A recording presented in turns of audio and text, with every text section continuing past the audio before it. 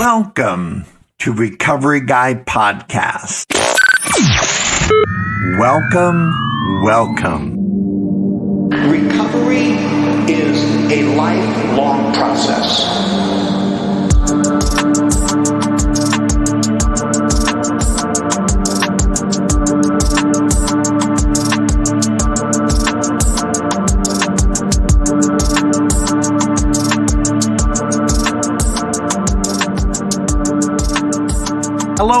Hello. My name is Robert. I am the Recovery Guy. And if this is Thursday, this must be the Checkup. Thank you so much for tuning in today. We are excited to have you here. So once again, on behalf of John Barker, website administrator extraordinaire from Southern California, and JJ in studio with me, we thank you. We have gone over 1,600 listens, 1,600 times. You have tuned in and listened to our podcast in just about 13 weeks. We are thrilled. We are so grateful. I cannot say thank you enough. I especially appreciate those of you who have shared this content with other people and have decided to make this a place you check into, whether it's for the fix on Tuesday or the Thursday, the checkup, and any other times that we're sharing special content with you. Thank you for those who have commented. I've got a dear friend in Florida who says, keep doing what you're doing. Your content is affecting me and my family. I've got another friend in Australia who says, every time you have a podcast, I listen and I always share it with someone who I know is hurting.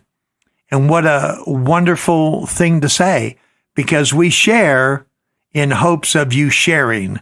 Our sharing obviously starts with you. And then when you share it, it is more valuable because you find value in the content, and we're so excited about that.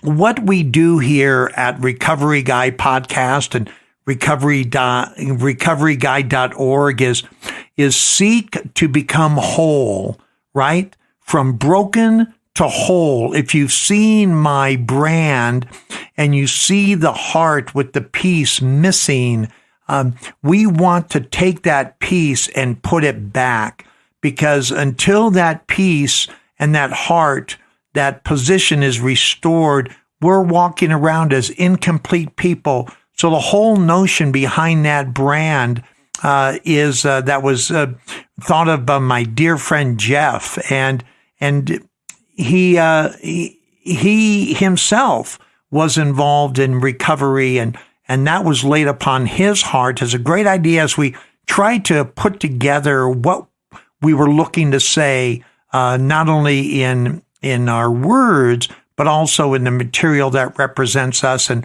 that heart is there, and that piece is missing, because we want that piece to be put back in your life, just like it has been put back in my life, and JJ's life, and John's life, and Jeff's life, and my dear friend Jay Roberts, who took care of all my video at recoveryguy.org.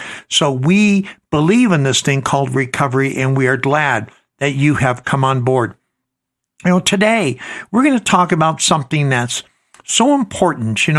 Recently, I talked about coercion, right? A recovery after coercion. And we talked about relapse, and talked about giving yourself time to grow. And these things are so important. And I had a great opportunity of being with a friend this last weekend. Laura and I went to Las Vegas to visit our grandsons and our daughters and spend some time with them. And I was chatting with a friend, because I got clean and sober in Las Vegas in 1986, if you don't know that or don't recall that about me, which only goes to show that if you can get sober in Las Vegas, clean and sober there, you can get it done anywhere, right? AA is strong. Recovery is strong. I'm so grateful for the work that's done in Las Vegas and the opportunity that I had to learn that I no longer had to die. But, one of the things that I spoke to my friend about, I said, give me a topic, because I know you're involved in wellness and wanting to become better day in and day out. What are some of the things that you think are important? And without hesitation, they said, sabotage, self-sabotage. And how do we move away from the negativity that would cause us to backslide or relapse or take a diversion from the path that we're on? And so today's topic is called Sabotage of Self, right? And so I'm going to get to that in just a moment.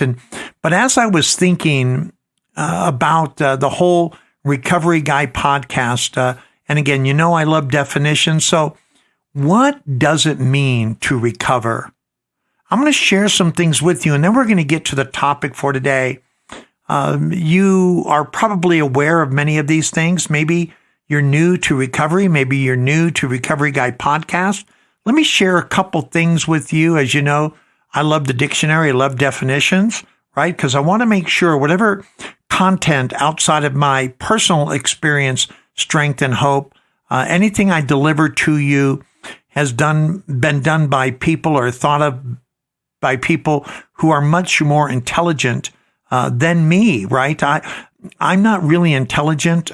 I've learned how to incorporate intelligent things into my life and learned how to live them. But there's some pretty smart people out there. So we're gonna talk about what they think about what recovery is. And recovery is simple as that, an act of recovering, right?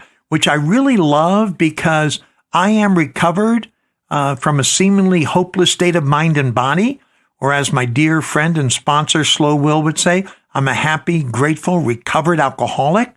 And I stay recovered by staying in recovery, right? So we have a noun and we have a verb that backs it up. Recovering. That's me daily. And I am recovered as a result of that continual effort over time. But here's what it says: the regaining of, or possibility of regaining, something lost or taken away. The restoration or return to health from sickness. I love that so much, because we're not bad people trying to get better. We're sick people trying to get well, right? Restoration or return to any form and better state or condition. An improvement in the economy marking the end of a recession or decline. Our own personal economy. The improvement of our personal position after we have recessed or gone back or declined. The regaining of substance in usable form. Isn't that crazy? Usable form. I had no use before when I was out there ripping and running and making a wreck of my life. Now I am regaining to be of usable form. I love it. In law, the obtaining of right to something by verdict or judgment of a court of law. Obtaining of right to something. I have a right to this life now. In football, it's an act or instance of recovering a fumble. We drop life, and now in recovery, we're picking it back up. In the art of fencing, it's the movement to the position of guard after a lunge. So we're in the position of guarding. After an offensive attempt to go back out there and reclaim, we're in the position of guarding our life, guarding our position. In the sport of rowing, a return to a former position for making the next stroke. Folks, aren't definitions crazy? How we can take something that's defined and apply it to who we are and what we're doing in this thing we called recovery. Hey, so let's get to the sabotage of self. Before I came to recovery, I knew, and maybe you can relate to this. Let me know if you can. I knew that anything good would soon go away. Do you remember feeling that way? that we knew it was just a matter of time for the other shoe to drop or to get figured out for who we were or who we weren't, or what we were not capable of doing, what we weren't able to do or provide. So we went through and we had this facade. We put on these other characteristics or tried to paint this picture of ourselves because we knew that anything good coming to us would soon go away. I got so tired of losing and people leaving, I began to leave or give things away. Do you remember doing that? I remember knowing that I was going to get found out, whether I was doing something wrong or not. But eventually, if you were around me long enough, you would know that I wasn't who you needed. Or I wasn't able to be that person you were hoping me to be. Do you remember feeling that way? I figured if people or things that I really wanted were going to leave me anyway, I might as well be in charge and make it happen under my terms. You know, to the sane person, to a person who's thinking normally, they would listen to that statement and think, there's something wrong with you. Why would you take something that was good, that you wanted, and give it away or push it away because they were going to find something out that may or may not have been true? But that's how I lived my life. I had lost so many things or never got things that I thought were important or valuable to me that I knew, I was convinced that no matter what I had of any value to me at all was eventually going to be taken. And it left me feeling so powerless that I figured the only position of power I had was to dictate or direct when I was going to lose it. Talk about a hopeless state of mind and body. Talk about, as Bill W. would say, incomprehensible demoralization. We were convinced to a man that we were of no hope. So anything good in our life, we sabotaged it, sometimes quickly, sometimes over time. But eventually, we would lose it. And sabotage was a way of making it under our terms. So now we come into recovery. Now we begin changing our life. Now we begin reformulating our thinking and who we are. But for some of us, in the beginning, we don't know how to receive yet because we're still learning how to give. My very first sponsor was Max B. And Max moved away, and that's how I ended up with Jack back in 1986. But Max told me about addiction and why I did what I did. And I know that we have a craving, right? A physical allergy. Max said that what we really have, and I'm actually going to have to do a podcast on this. Max said what we really have is a love disorder. Think about that for a second.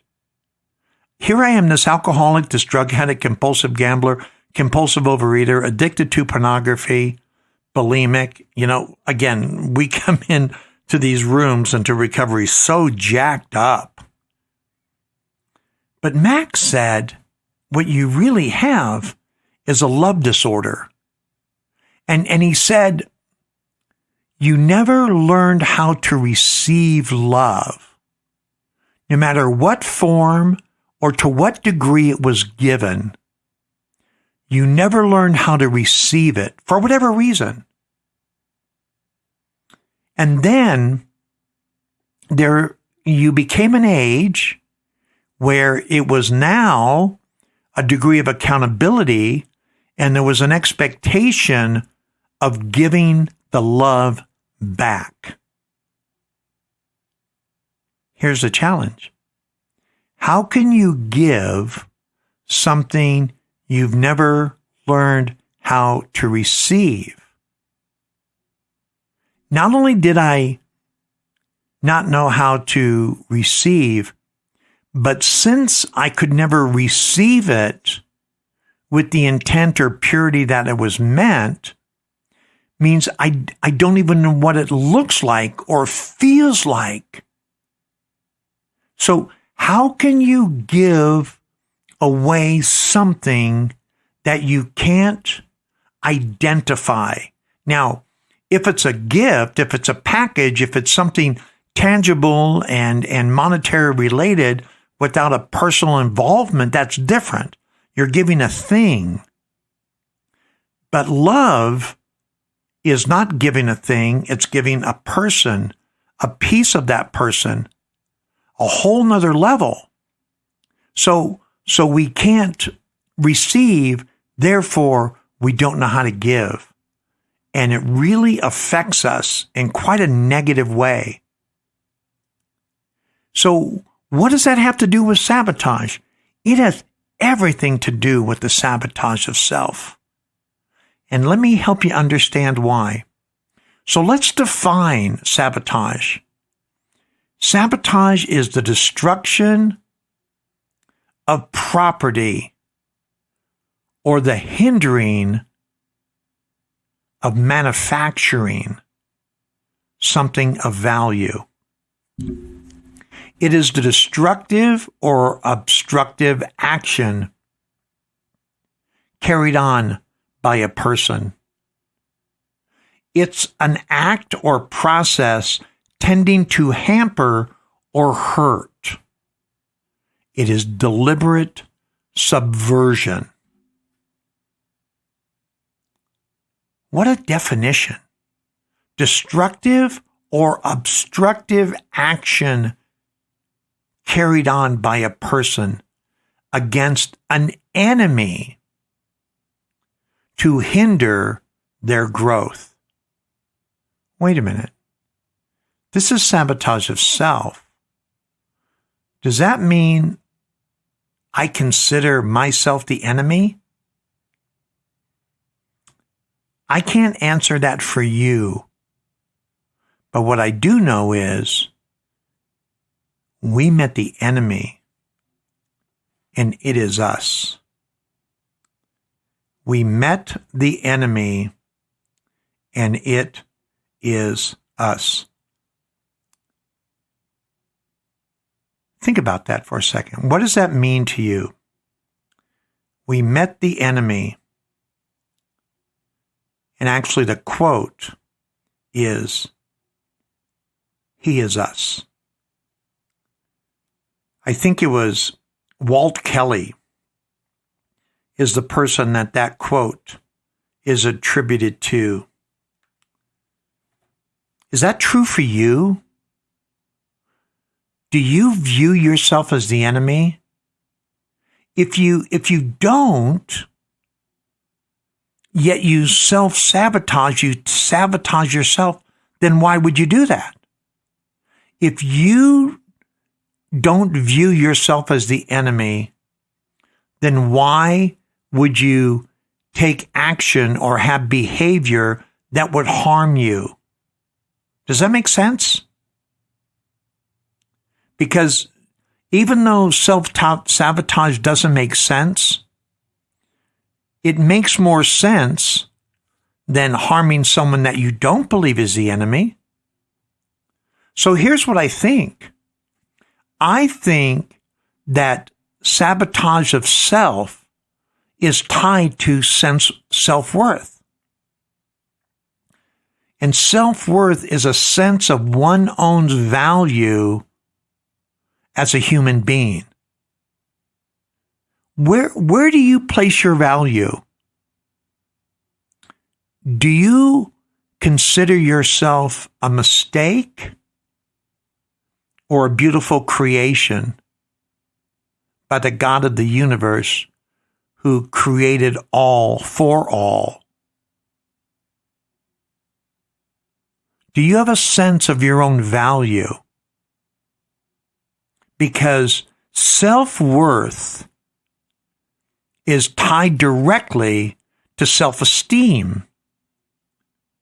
And self-esteem is a confidence and satisfaction in oneself. Do you have confidence as a person? Are you satisfied with who you are or what you're becoming? And I'm not saying that we're everything that we need to be or we can be or will be, because I'm not who I hope to be tomorrow or the next day or next month or, God willing, next year. My friend Will, my sponsor Will, he's not who he's going to be as a husband and as a friend and as a person of recovery, but he has confidence in who he is. He has satisfaction in who he is today. Is that you? Do you have self-esteem? And that's tied to self-respect. And self-respect is a proper respect for oneself as a human being. Regard for one's own standing or position. Do you have a regard for yourself? How do you view yourself? Do you view yourself as a person of confidence and satisfaction, who has a sense of their own personal value as a human being? If you don't have those things, the likelihood is you are subject or capable of sabotage of self, because that sabotage is performed by people who have limited self-worth, who don't have a very good self-esteem, and certainly don't have self-respect. I believe they're all tied together. If you listen to this over and you find that this is not true, yet you sabotage yourself, but you don't think it's because of these things, would you let me know what your thoughts are? Would you leave me a comment? Because I think I'm right. I think there's a direct connection, whether it's causation or correlation. I'm not going to debate it with you. But what I will debate with you is sabotage of self, the destructive or obstructive action carried on against one's own person, is tied to self-worth, which leads to self-esteem and self-respect. If I have a limited self-worth, my self-esteem or how I view myself is going to be limited, which means I won't have self-respect, which means I won't act in my own best interest. So what do we do with that? I'm going to give you 8 things. Don't worry about writing them down. Just come back and listen. Jot them down when you have opportunity, if you're driving or distracted to any degree. Number 1, let's examine what we did or what was done to us and disconnect it from who we are. Because we develop so many of these things as a child. And if we are suffering from what Max says, this love disorder, when love was first imparted on us, and for whatever reason, my dad was alcoholic. Love was given very conditional and very measured and very inconsistent in my life. Now, does that mean my dad didn't love me and didn't show me love on occasion and to the best of his ability? Because, once drinking is involved, then all bets are off. But it didn't mean my dad was a bad guy. It didn't mean my dad didn't love me. Didn't mean my dad didn't share love with me as he could perceive it and see it. It just means I didn't know how to accept it. But I had to get to a point where I disconnected it from who I am. Do I recognize, this is number 2, do I recognize that sabotaging things or people we say we want is unnecessary and painful? Because sabotage, we look at it sometimes as, oh, it's a bad habit. I've got to stop saying this or I've got to stop saying that. But we don't. It's an unnecessary event. And whether we minimize it, rationalize it, or deny it, it is very painful. And we have to recognize sabotage as being that negative aspect in our life because we don't deserve it. Just because we didn't know how to receive love or how to receive or disconnect from what was done to us, understand it wasn't because of who we are. My dad and my upbringing wasn't because of who I was. It was based on what I was born into, which was totally disconnected from who I am. But I connected it to me as a person.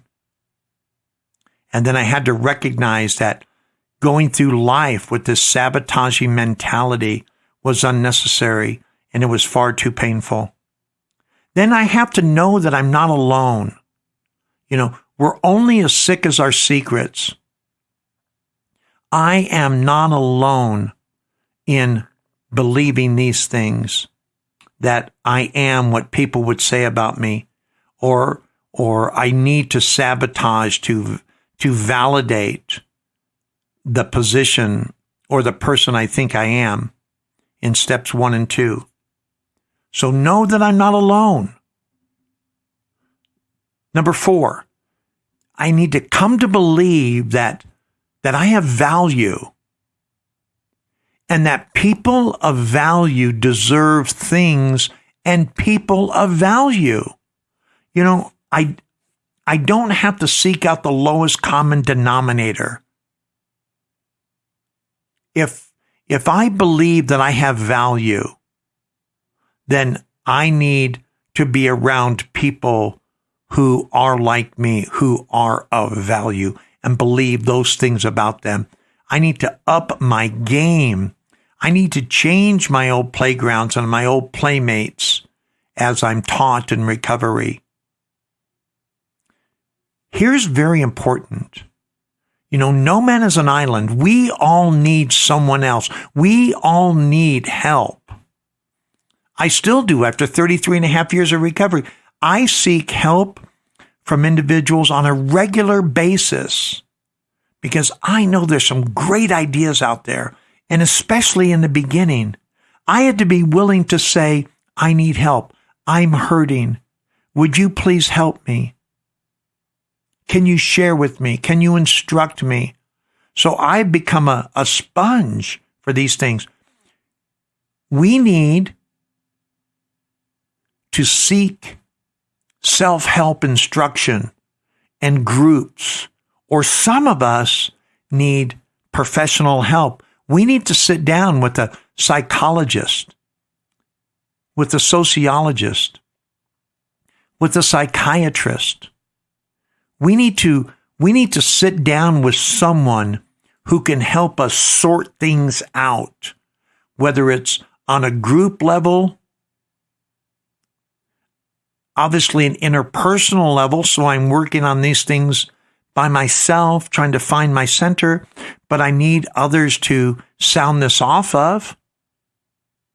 And sometimes I need people who study these things and can help uncover some deep, dark things about me that continue to wreak havoc on my life and are triggers or respond to the triggers and cause me to sabotage. I need to begin, number 6, to incorporate positive self-talk and activity that promotes personal growth. The most powerful talk on the planet is what we say to ourselves. So again, begin to incorporate positive self-talk and activity that promotes personal growth. I then need to recognize, and number 7, recognize that our greatest value is helping others.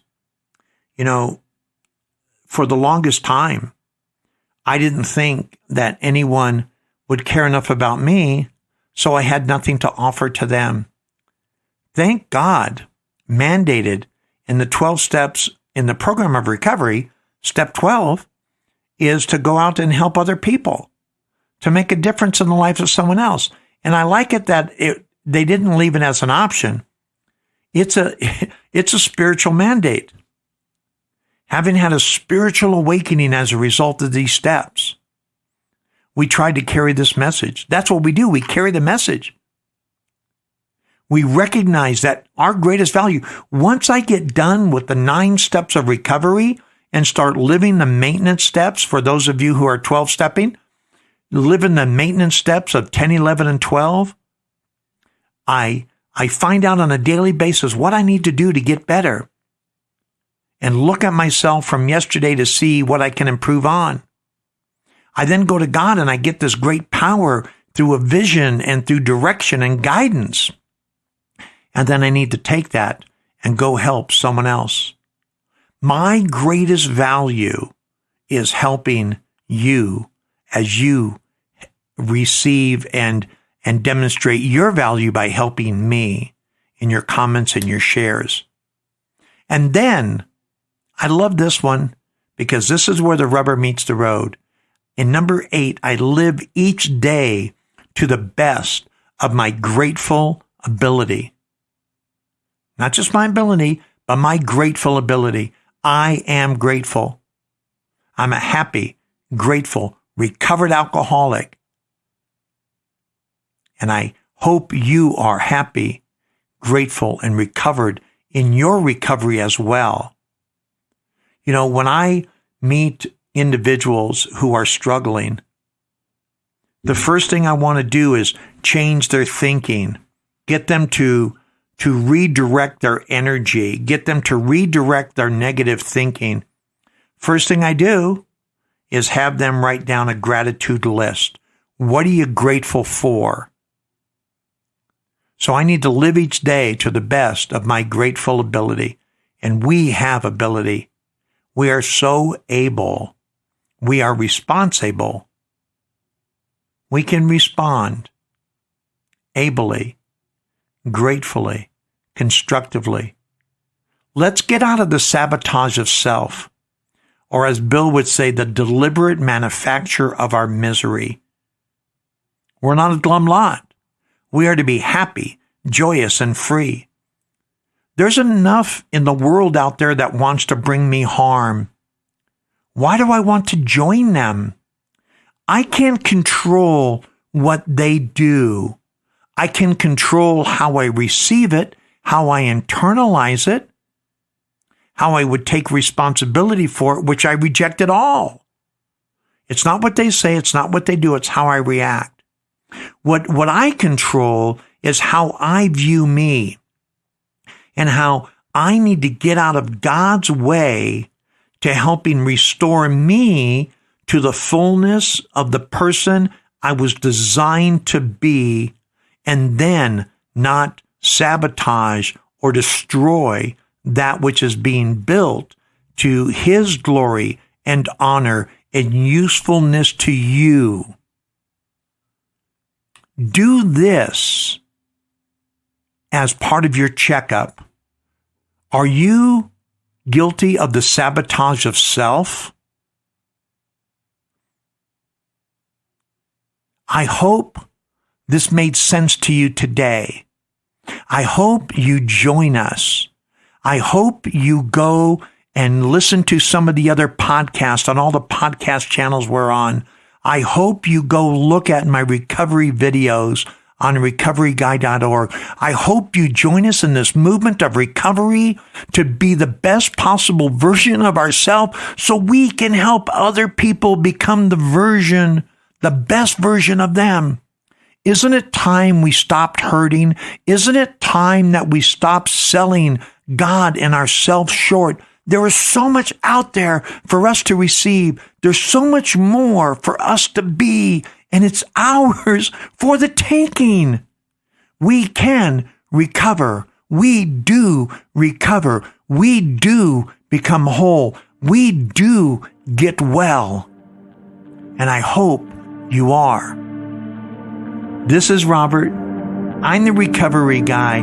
Thank you for joining the Checkup. I was trying to do everything